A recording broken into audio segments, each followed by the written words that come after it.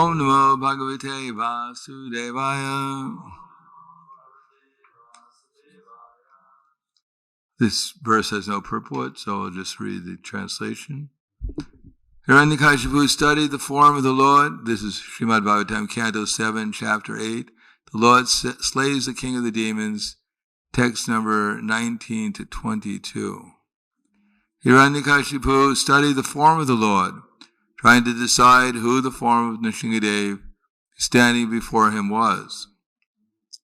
The Lord's form was extremely fearsome because of his angry eyes, which resembled molten gold, his shiny mane, which expanded the dimensions of his beautiful, fearful face, his deadly teeth, and his razor-sharp tongue, which moved about like a dueling sword.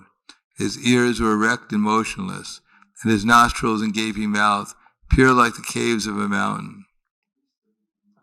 His jaw parted fearfully, and his entire body touched the sky. His neck was very short and thick. His broad chest, his thin waist, and the hairs on his body as white as the rays of the moon. His arms, which would resemble flanks of soldiers, spread in all directions as he killed the demons, rogues, and atheists with his conch shell, disc, club, lotus, and other natural weapons. Text number 23. Prayena meyam harino ru mayina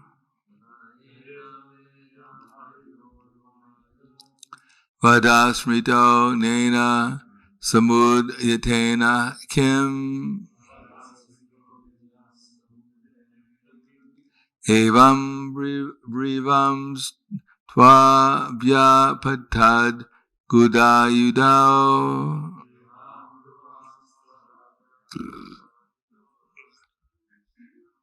Nadan Nishringham Prati Daitya Kunjaraha Prayena Meyam Harino Rumayina Vadaksmrito Nena Samudatena Kim Evam Bravam Twabhya Padad Guda Yudao Nadan Rishingham Prati Daitya Kunjaraha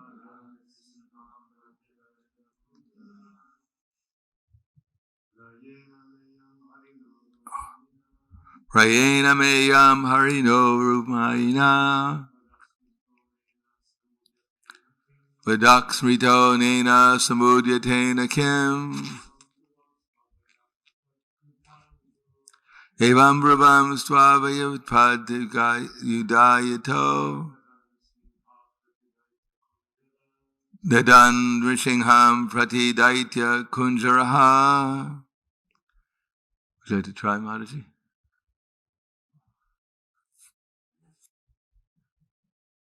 Yes. Prayena, probably. May, of me.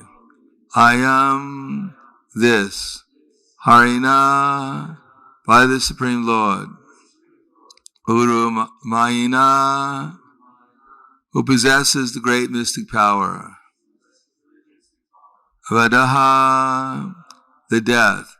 Smritaha, plan. Anena, with this. Samudyatena, endeavor. Kim, what use? Evam, in this way. Bruvan, murmuring. To, indeed. Abhyapatat, attacked. Gada Ayuda, armed with his weapon, the club. Nadan, loudly roaring. Nrisingham, the Lord, appearing in the form of a half lion and half man. Prati toward Daitya Kunjara. Hiranyakashipu, who was like an elephant. Translation and purport by His Divine Grace, A.C. Bhaktivedanta Swami Srila Prabhupada. Hiranyakashipu murmured to himself, Lord Vishnu, who possesses great mystic power, has made this plan to kill me. But what is the use of such an attempt? Who can fight with me? Thinking like this and taking up his club, Hiranyakashipu attacked the Lord like an elephant. Purport: in the jungle there are sometimes fights between lions and elephants. Here the Lord appeared like a lion, and Hiranyakashipu, unafraid of the Lord, attacked him like an elephant. Generally the elephant is defeated by the lion, and therefore the comparison in this verse is appropriate. Next text. Just as a small insect falls forcefully into a fire, and the insignificant creature becomes invisible, when Hiranyakashipu attacked the Lord, who was full of effulgence, Hiranyakashipu became invisible. This is not at all astonishing, for the Lord is always situated in pure goodness. Formerly during creation, He entered the dark universe and illuminated it by His spiritual effulgence. Purport: the Lord is situated transcendently in pure goodness. The material world is generally controlled by tamagun, the quality of ignorance. But the spiritual world, because of the presence of the Lord and His effulgence, is free from all contamination by darkness, passion, or contaminated goodness. Although there is a tinge of goodness in this material world, in terms of the Brahminical qualifications, such qualifications sometimes become invisible because of the strong prevalence of the modes of passion ignorance. But because the Lord is always transcendently situated, material modes of passion ignorance cannot touch Him. Whenever the Lord is present, there cannot be any darkness from the mode of ignorance, as is stated in the Chaitanya Charitamrita, Madhya 22:31. Krishna Surya Sama Maya Haya Andakar Yaham Krishna Tahun Nahi Maya Haya Mayara Adhikar. Godhead is light, nescience is darkness. Where there is Godhead, there is no nescience. This material world is full of darkness and ignorance of spiritual life, but by Bhakti Yoga, this ignorance is dissipated. The Lord appeared because of the Bhakti Yoga exhibited by Prahlad Maharaj. And as soon as the Lord appeared, the influence of Hiranyakashipu's passion ignorance was vanquished, as the Lord's quality of pure goodness, or the Brahman effulgence, became prominent. That prominent effulgence, Hiranyakashipu, became invisible, or his influence became insignificant. An example illustrating how the darkness of the material world is vanquished is given in this Shastra. When Brahma was created from the lotus stem growing from the abdomen of Garbhodakashayi Vishnu, Lord Brahma saw everything to be dark. But when he received knowledge from the Supreme Personality of Godhead, everything became clear, as everything becomes clear when one comes from night to sunshine. Point is that as long as we are in the material modes of nature, we're always in darkness. This darkness cannot be dissipated without the presence of the Supreme Personality of Godhead, which is invoked by the practice of Bhakti Yoga. Bhakti Yoga creates the transcendental situation with no tinges of material contamination. Namo Vishnu Padaya Krishna Prasthaya Bhute Srimate Bhaktivedanta Swami Namane Namaste Saraswatunde Ve Gauravani Bacharane Nirvishesha Shrunivadi Paskatyate Satarne Jnanena Tutaraganam Yesham Nashitamatmanaha Tesham Adityavaj Jnanam Prakashiti Tatparam. When, however, one is enlightened with the knowledge by which nescience is destroyed, then his knowledge reveals everything, just like the sun lights up everything in the daytime. So that's the aim of life, is to become aware of who we are and what's actually going on. And that's possible, just like during the darkness of night, it's not possible to see things clearly. But even we may take a torch and try to see the Supreme Lord, try to see the sun with the torch. We may take a very powerful light and then try to shine it in the sky, trying to find the sun, but to no avail. It is not possible by any ordinary means to actually see the sun. But when the sun comes up by its own accord, then automatically everything is seen in the light of the sunshine.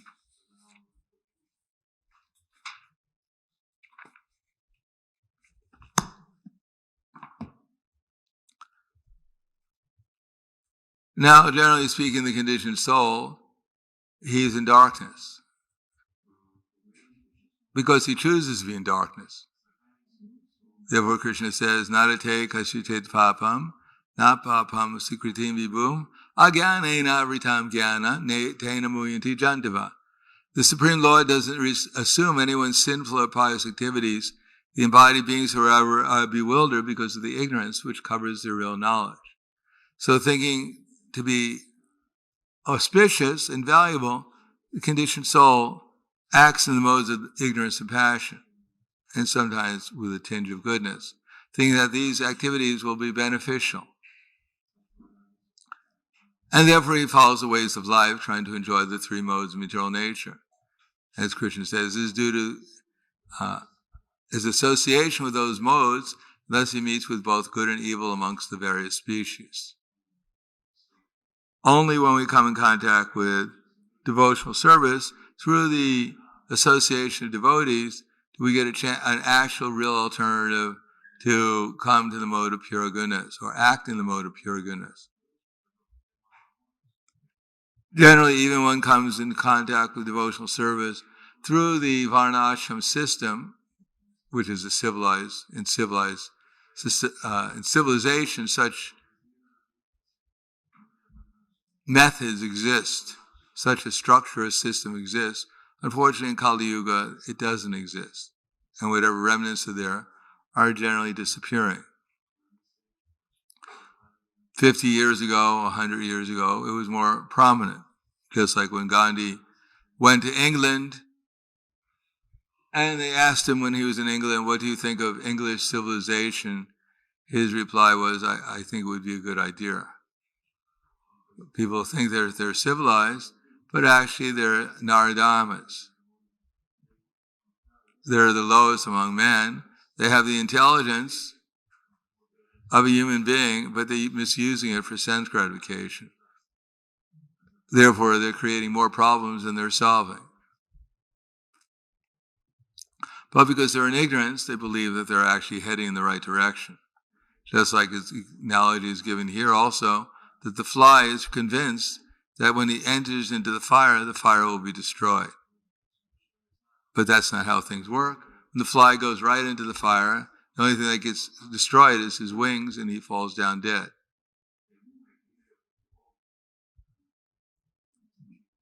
Therefore, one has to be able to understand what's the difference between illusion and what's the difference between reality.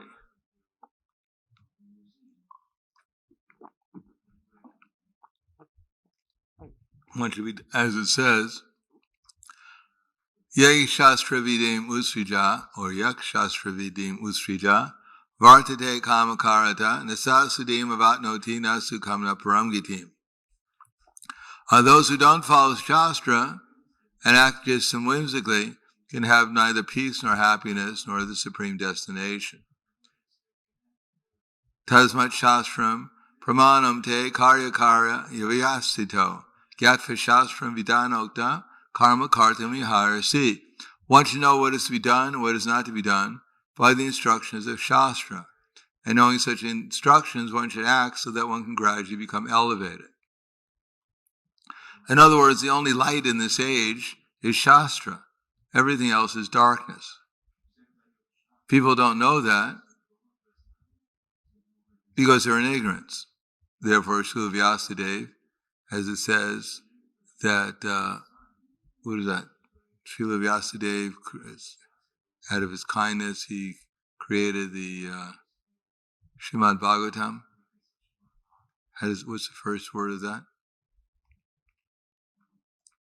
I think that's the Anartha Pasamo Sakshat Bhakti Yoga Ahoksuje. Narartham, what's that? La Kasya Janata Vidvo Sattva Chakrata Samvitaha. So Vyasadeva, Anartha Pasamam Sakshat. He saw that everyone is full of anarthas, misconceptions, wrong activities. Bhakti Yoga Rahokshaje. But the only remedy is Bhakti Yoga. That's the only enlightenment. Therefore, Lokasya Samato. Therefore, out of kindness for the conditioned souls, Lokasya Janato Vidvan, the learned Srila Vyasadeva, Chakra Samhita, he created the Srimad Bhagavatam. That's Krishna Surya Krishna Swadama Ubhagate Jnana Dharma Jnana Chahisaha Kalo Nashta Drishamesha Puranarko Dinoditaha. Then the stage of Kali, when Krishna was here, right before Kali Yuga, wherever he went, he created enlightenment and effulgence. Krishna Swadama Upagate. But he left for his abode. And when he left, Dharma Jnana Chahisaha. He took with him dharma, religiosity, and jnana, knowledge. Kalo nashta drishamesha. And therefore in this darkness of ignorance of Kali Yuga, the Srimad Bhagavatam, Purana Arko Dunoditaha, this Purana Srimad Bhagavatam has arisen just like the sun to dissipate the darkness of ignorance. So though Krishna may not be personally present in his original form, he's left his Srimad Bhagavatam. And of course, the Bhagavatam is an expansion of the holy name. Therefore, at the end of the Srimad Bhagavatam, the final message is chant Hare Krishna.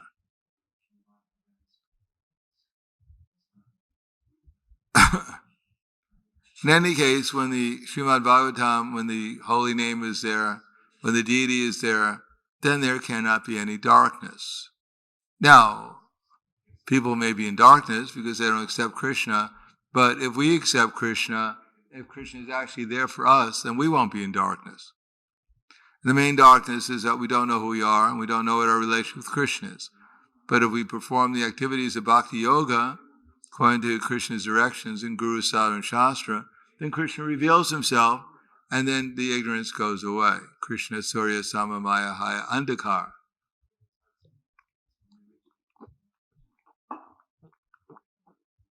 Otherwise, there's no opportunity or no chance. Even Hiranyakashipu was directly in front of Krishna, even emerged into his effulgence, fighting against him. Still, he didn't understand who Nrsimhadev was. He thought it was just a strange half man, half lion that he was going to kill. He had no idea that he was fighting with God. Although it never struck him that after striking the pillar, how is it possible that someone just happened to appear from the pillar? He was hanging around the pillar, sleeping or something, and he struck it and he woke him up. He never put two and two together because his intelligence was taken away by illusion. Therefore, he never really thought he was fighting with God. Because basically speaking, Hiranyakashipu didn't really believe that there was a God. He thought the best person in the universe is Brahma, and he gave me all the benedictions he could, and therefore, unless this Nrsimhadev personality, unless he had undergone similar penance and austerity that I did, then he could be easily defeated by my prowess. But he was wrong. And this serves as a lesson for all the people who think that God is just an imagination and that they can defeat him easily just by ignoring him.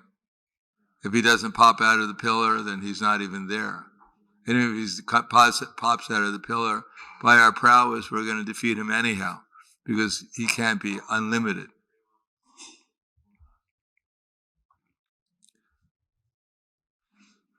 Whether we accept this story or not, whether we accept that Prahlad actually existed, Hiranyakashipu existed, Nrsimhadev existed, still it serves as a lesson. Now, if we trace it backwards and we see how the material nature is under the control of time, we can understand that everyone is being defeated. Not only Hiranyakashipu, but everyone is being defeated by time. Time is vanquishing everyone. And with a little knowledge that we're not this body, we can see that because of time vanquishing one body, I'll simply have to take another body, one after another. So Srimad Bhagavatam is not simply some theoretical knowledge, it's a reality. The person who's in control of time, he may gradually kill everyone through his material energy, or he may come out of a pillar and kill Hiranyakashipu. As an example, better to surrender to Nrsimhadev, to Krishna, like Prahlad, than having to be defeated by time or Krishna personally in the form of some incarnation. Of course, Hiranyakashipu was benefited, but not in the way that we would desire. He had to come back again as Ravana, and then be defeated again, and then come back as Shishupal and defeated again, and finally he gave up. Finally, he got the right idea. Better to take Krishna consciousness as soon as possible, and not wait for 3 births, especially if it's going to take millions of years before we get them. Better to take the Krishna consciousness and surrender to Krishna, and therefore by his nails or by his form of time, we won't be defeated. So I'll stop there. Thank you. Any questions?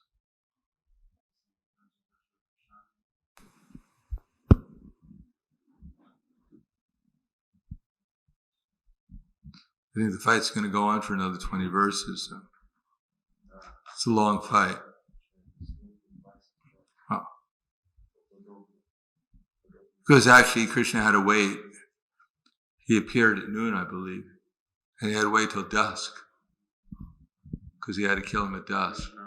So that's at least a 6-hour fight. I wish we had some video of it. That would be interesting.